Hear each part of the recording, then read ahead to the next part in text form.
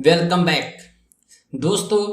दक्षता एग्जाम 2023 के प्रिपरेशन के आज की इस वीडियो में हम साइंस के टॉप सेलेक्टेड क्वेश्चन को लेकर आए हैं। दक्षता एग्जाम में साइंस से भी प्रश्न पूछे जाते हैं। विज्ञान के ये प्रश्न कक्षा 6, 7, 8 की पुस्तकों से लिए जाते हैं। हमने कुछ क्वेश्चन के कलेक्शन दिए हैं जिसके आने की संभावना काफी ज्यादा है। अभी आप स्क्रीन पर देख रहे होंगे दक्षता एग्जाम 2023 सिलेक्टेड क्वेश्चन साइंस के क्वेश्चन हैं। इसे हमने अपने नोट्स में भी इंक्लूड किया है और सैकड़ों साथियों तक पहुंचाया भी है। आप भी प्राप्त कर सकते हैं। हमसे संपर्क कीजिए 7631314948 पर। समान उर्दू शारीरिक सभी प्रकार के शिक्षकों की हम कंप्लीट तैयारी कराते हैं। तो आइए वीडियो की शुरुआत करते हैं। सबसे पहला सवाल है, निम्न में से किस धातु को चाकू से काटा जा सकता है? धातु जो होते हैं उसकी खूबी होती है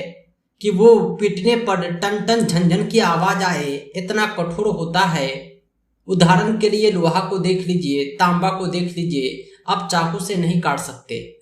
लेकिन कुछ धातु ही ऐसे होते हैं जिसे आप चाकू से काट सकते हैं। उदाहरण के लिए सोडियम। वह कौन सा अधातु है जो विद्युत का सुचालक होता है? अधातु उसे कहते हैं जो काफी नरम होता है, उसमें चमक नहीं होती है। अधिकांश अधातु ऐसे हैं जो दूर दूर तक धातु के गुण नहीं रखते। अधातु की एक खूबी ये भी है कि वे विद्युत के कुचालक होते हैं। लेकिन एक अपवाद है ग्रेफाइट, ये अधातु होकर भी विद्युत का सुचालक होता है। अगला सवाल है 3 नंबर, नेत्र में किसी वस्तु का बना प्रतिबिंब होता है। हमारा आंख जो है एक लेंस होता है। आप लेंस यानी चश्मा, आंख भी इसी तरह व्यवहार करता है जिस तरह एक लेंस करता है। जिस तरह लेंस में प्रतिबिंब बनता है उसी तरह हमारे आंख में भी प्रतिबिंब बनता है। प्रतिबिंब कई प्रकार के होते हैं, लेकिन आंख में जो रेटिना पर पर्दे पर प्रतिबिंब बनता है वो वास्तविक उल्टा तथा छोटा होता है। दोस्तों, एक होता है दृष्टि दोष, यानी आंख किसी का सही सलामत काम नहीं कर रहा है, उसे दृष्टि दोष कहते हैं। एक होता है निकट दृष्टि दोष, दूसरा होता है दूर दृष्टि दोष। निकट दृष्टि दोष उसे कहते हैं जिससे निकट की वस्तु तो ठीक ठाक दिखती है लेकिन दूर की नहीं दिखती। दूर दृष्टि दोष उसे कहते हैं जिसमें दूर की तो ठीक ठाक दिखती है लेकिन निकट की नहीं दिखती। अब दोनों का इलाज भी होता है, लेंस से होता है। दोनों का इलाज दो तरह के लेंस से होता है, एक होता है उत्तल, दूसरा होता है अवतल। अगर दूर दृष्टि दोष है तो उत्तल लेंस का चश्मा उपयोग में लाया जाएगा। अगर निकट दृष्टि दोष है तो अवतल लेंस का चश्मा उपयोग में लाया जाएगा। दू में ऊ की आवाज आ रही है, आप पहचान लें, उत्तल दूर। अगला सवाल है 5 नंबर, धातुओं के ऑक्साइड। जितने भी धातु है वो ऑक्सीजन से अभिक्रिया करके ऑक्साइड बनाते हैं। धातुओं के जो ऑक्साइड होते हैं इसकी खूबी ये होती है कि ये अम्लीय हुआ करते हैं। नेक्स्ट क्वेश्चन है 6 नंबर, एक अधातु का नाम बताइए जो कठोर होता है। अधातु जो अधिकांशतः होते हैं वे कठोर नहीं होते, उसे आप चाकू से काट सकते हैं, तोड़ सकते हैं, पीटिएगा फट जाएगा। लेकिन कुछ अधातु ऐसे होते हैं जो काफी कठोर होते हैं, इतने कठोर होते हैं कि धातु को भी फेल कर देते हैं। उदाहरण के लिए हीरा, ये जो है धातु नहीं बल्कि अधातु है और इतना कठोर होता है कि आप भी जानते हैं। 7 नंबर क्वेश्चन है, श्वेत प्रकाश जब प्रिज्म से गुजरता है तो सर्वाधिक विचलन होता है। यानी प्रिज्म से जब श्वेत प्रकाश जाता है तो वो 7 रंगों में विभक्त हो जाता है। वो 7 रंग जो बनते हैं, बैंगनी, जामुनी, नीला, हरा, पीला, नारंगी, लाल, ये सातों बनते हैं। लेकिन सबसे ज्यादा विचलन किसका होता है, कौन सबसे ज्यादा झुकता है, वो है बैंगनी। इसका विचलन सबसे अधिक होता है और तरंगदैर्घ्य सबसे कम होता है। वहीं लाल का जो विचलन होता है सबसे कम होता है और तरंगदैर्घ्य सबसे अधिक होता है। विचलन का मतलब कहते हैं बिखरना, जो बिखर जाएगा वो दूर से दिखेगा नहीं। 8 नंबर क्वेश्चन है, निम्नांकित बलों में कौन संपर्कित बल है? संपर्कित बल उसे कहते हैं जो संपर्क में रहकर लगता हो। हम आपको धक्का देंगे तभी दे पाएंगे जब हम आपके संपर्क में होंगे, दूर से नहीं दे पाएंगे। इसे ही कहते हैं संपर्कित बल। जो गुरुत्व बल है, चुंबकीय बल है, घर्षण बल है, ये सब संपर्कित बल नहीं होता है, ये अपोजिट होता है। इसके कोई संपर्क की आवश्यकता नहीं है, चुंबक की तरह व्यवहार करता है, दूर से ही लग जाता है। लेकिन स्थिर वैद्युत बल जो होता है यह संपर्कित बल होता है। जब तक आप संपर्क में नहीं आएंगे आपको करंट नहीं लगेगा। 9 नंबर क्वेश्चन है, नेत्र में प्रवेश करने वाली प्रकाश किरणों का अधिकांश अपवर्तन होता है। जब आंख के अंदर कोई प्रकाश किरण जाती है तो उसका अपवर्तन किधर होता है?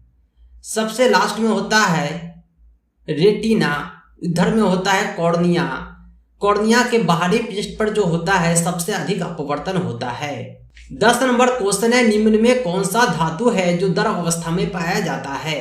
धातु कठोर होते हैं, ठोस अवस्था में हुआ करते हैं, लेकिन कुछ धातु ऐसे भी हैं जो अपवाद हैं, वे द्रव अवस्था में भी पाए जाते हैं। उदाहरण के लिए पारा, ये वो पारा है जिसे आप थर्मामीटर में देखते हैं।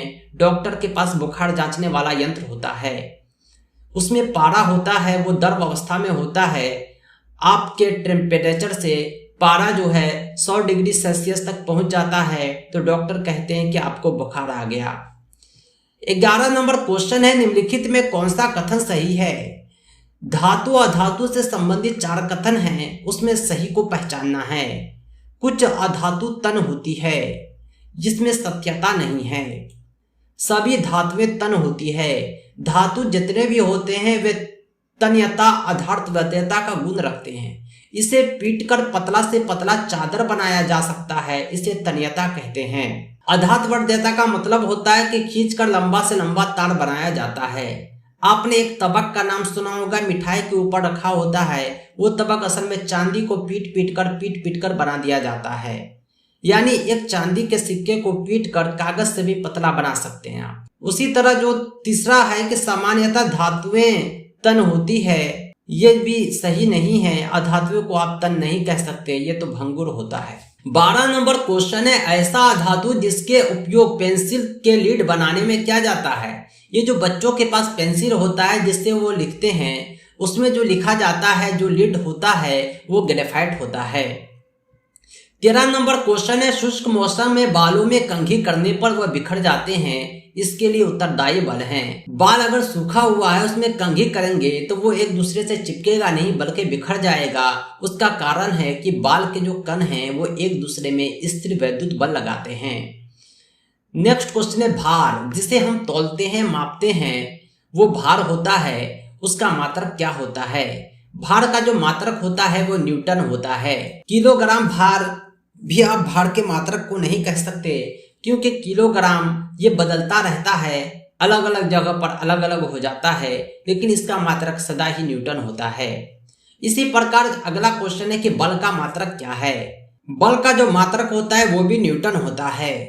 आपको कुछ कॉन्फ्यूजन होगा कि न्यूटन भार और बल दोनों का मात्रक कैसे हो गया। दोस्तों, भार भी जो होता है एक बल होता है जो नीचे की तरफ लगता है। इसमें आपको गुरुत्व बल भी इंक्लूड हो जाता है, और इसी गुरुत्व बल की वजह से भार जो है किसी वस्तु का पृथ्वी पर अलग, चंद्रमा पर अलग हो जाता है। दोस्तों, भार के जैसा एक होता है द्रव्यमान, उसका मात्रक होता है किलोग्राम। अगर भार कहे तो उसका मात्रक न्यूटन है, कि द्रव्यमान कहे तो उसका मात्रक किलोग्राम है। अगला सवाल है 16 नंबर, बैलों द्वारा गाड़ी को खींचना किस बल का उदाहरण है? अगर बैल गाड़ी को खींच रहा है तो यह पेशीय बल हो गया। 17 नंबर क्वेश्चन है, इनमें कौन ठंडे जल के साथ तेजी से अभिक्रिया करता है?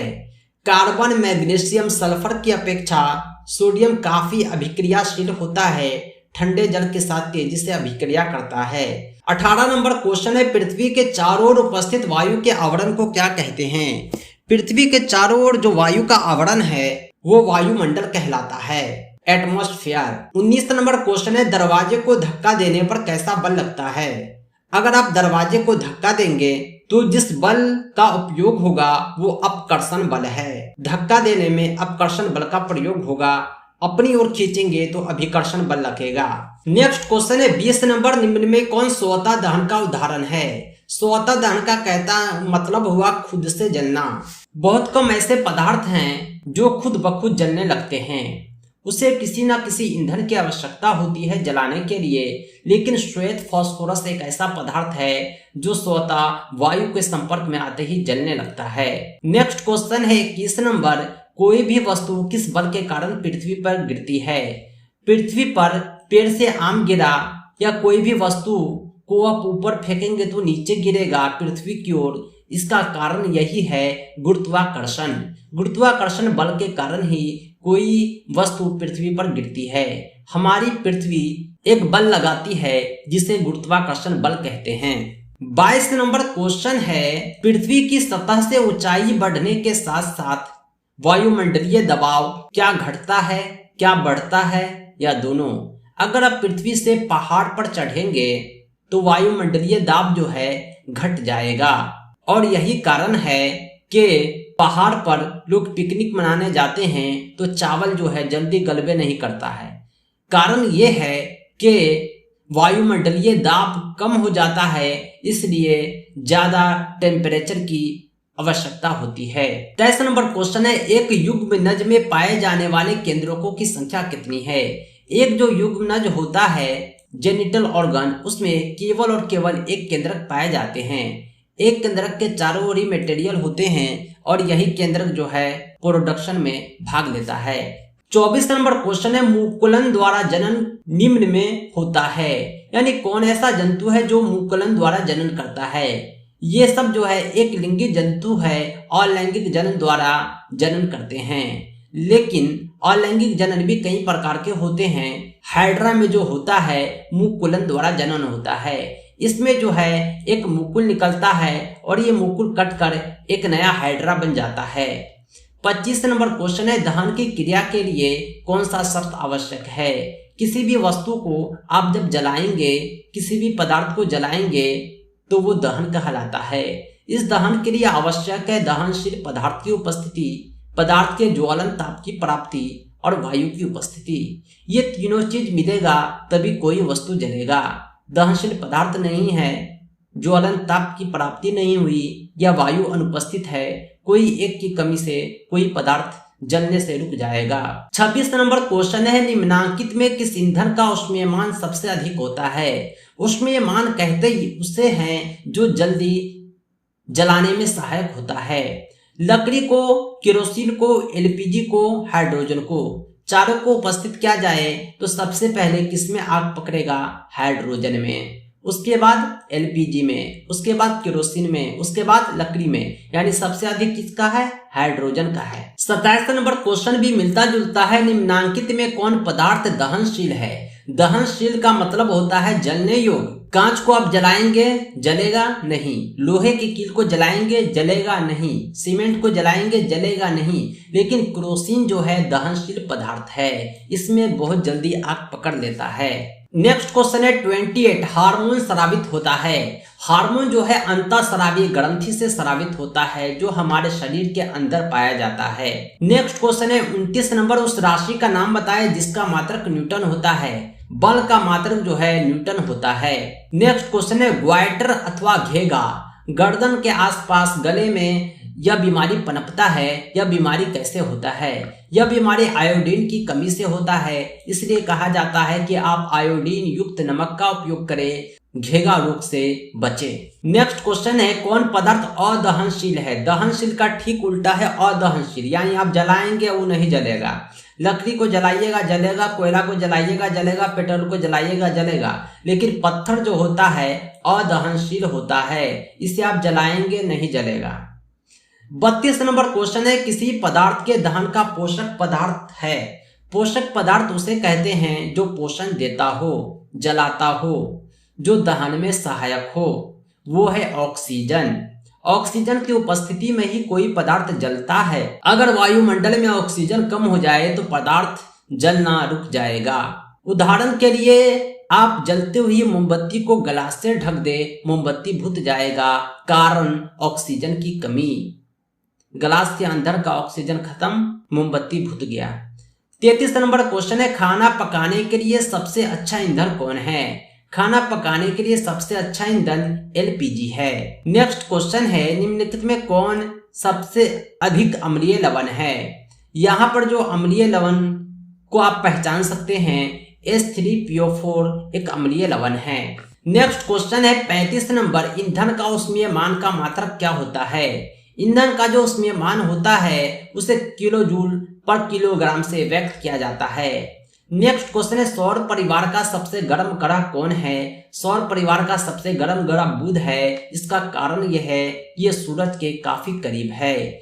गर्मी जो है सूरज देता है, इसलिए बुध ग्रह सबसे गर्म है। नेक्स्ट क्वेश्चन है दहन के लिए आवश्यक क्या है? दहन के लिए सबसे अधिक आवश्यक है हवा यानी ऑक्सीजन। ज्वाला के कितने क्षेत्र होते हैं? ज्वाला के 3 क्षेत्र होते हैं। कोई भी मोमबत्ती जल रहा हो, आप देखेंगे 3 तरह का कलर देखेगा। सबसे पहले लाल, उसके बाद पीला, अंत में ब्लू देखेगा। गैस सिलेंडर के आग को देखिए, चूल्हा के आग को देखिए, मोमबत्ती के आग को देखिए। ये सब जो ज्वाला है इसमें आपको 3 क्षेत्र देखने को मिलेंगे। नेक्स्ट क्वेश्चन है 39, कुएं से पानी खींचना कैसा बल है? कुएं से अगर पानी को खींचेंगे तो ये अभिकर्षण बल हो गया। अभिकर्षण का मतलब हुआ खुद की ओर खींचना।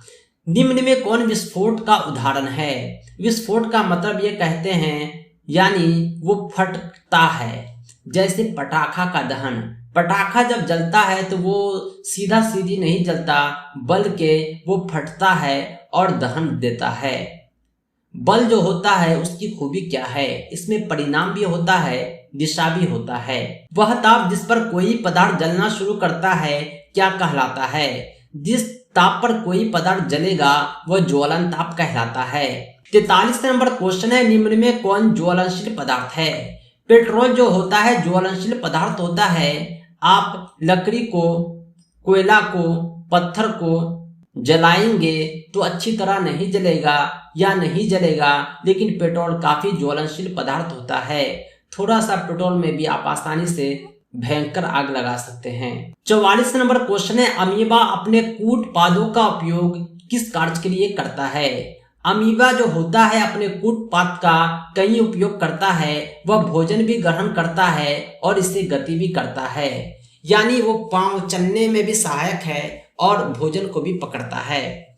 45 नंबर क्वेश्चन है निम्न वाक्यों को ध्यान से पढ़िए। यहाँ पर 4 वाक्य लिखे हुए हैं। पतली झिल्ली युक्त होता है। रसांकुर में पतली रक्त नलिकाओं का जाल होता है। रसांकुर की सतह पर छोटे छिद्र होते हैं जिससे भोजन आसानी से जा सकता है। बिल्कुल सही है। 46 नंबर क्वेश्चन है थायरॉक्सिन का स्रावन कहाँ होता है? थायरॉक्सिन का स्रावन जो होता है थायराइड ग्रंथि में होता है। क्वेश्चन नंबर 47 है कौन आकाशीय पिंड यानी तारा है? सूर्य जो है एक आकाशीय पिंड है, एक तारा है। पृथ्वी के सबसे निकट तारा सूर्य ही है। नेक्स्ट क्वेश्चन है 48, किस दृष्टि दोष को अवतल और उत्तल दोनों लेंसों से बने द्विफोकसी लेंस द्वारा संशोधित करते हैं? जरा दूरदृष्टिता एक ऐसी बीमारी है जिसमें द्विफोकसी लेंस का उपयोग किया जाता है। 49 नंबर क्वेश्चन है प्रकाश के किस रंग का तरंग दैर्घ्य सबसे अधिक होता है? प्रकाश का जो लाल रंग है इसका विचलन सबसे कम होता है। यही कारण है कि इसका तरंग दैर्घ्य सबसे अधिक होता है। 50 नंबर क्वेश्चन है कौन आकाशीय पिंड ग्रह नहीं है? मंगल ग्रह है, बुध ग्रह है, शनि ग्रह है, लेकिन सीरियस ये ग्रह नहीं है। दोस्तों ये थे top selected science question. Total 50 question हमने आपको बतलाया है। हालांकि हमारे पास क्वेश्चन बहुत ज्यादा हैं जो इंडिविजुअली आप चाहे तो प्राप्त कर सकते हैं। आप हमसे संपर्क करें 7631314948 पर। हम दक्षता एग्जाम के कंप्लीट नोट्स आपको उपलब्ध कराएंगे। हम अपने नोट्स PDF के रूप में व्हाट्सएप पर और प्रिंटेड बाय पोस्ट उपलब्ध कराते हैं। दक्षता परीक्षा के अतिरिक्त ऑल टीचिंग एग्जाम जैसे CTET, STET, DLED entrance, CT, BEd आदि परीक्षाओं की हम बेहतर तैयारी कराते हैं। Thanks for watching.